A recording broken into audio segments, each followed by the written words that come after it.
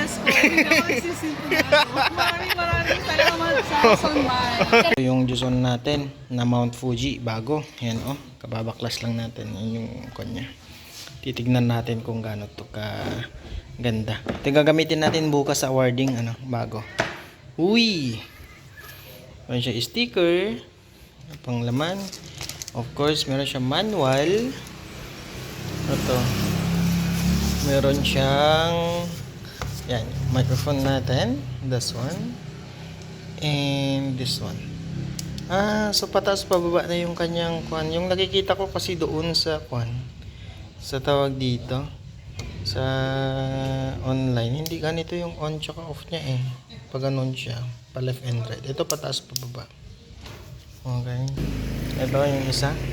Wala siyang color coding ah. Or baka lalagyan natin ng dito sa sticker. Wala naman.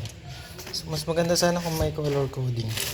Tapos ito ay connector na I think PL ito.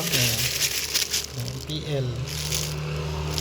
Tapos ito yung kanyang mismong receiver. Yan. Yung mismong receiver ng Joson. Magkano lang siya actually. So yung receiver natin. And sa likod ay meron siyang dalawang antena na black. Meron siyang balance output tsaka ito PL output siguro. Yan. So medyo mahaba yung ating antena. Hugutin mo lang yan, mahaba yan actually.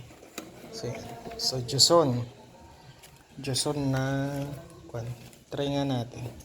Ito na siya guys. Nailagay na natin yung battery. Double A na battery yan. May kasamang battery. Ito yung isa walang battery. So naisaksak na rin natin. So ganyan ang itsura niya. Pag i-turn on natin. Ayan. So fix actually yung kanyang tawag dito. Yung kanyang ganyan oh, channel. Kung pwedeng i-adjust ito.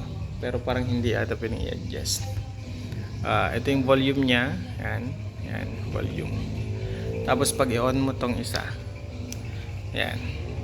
So iilaw yung nandun. Okay. So yan, ganyan siya. Elementary at 36,595. Iti high school or grade 7 and 8 lang.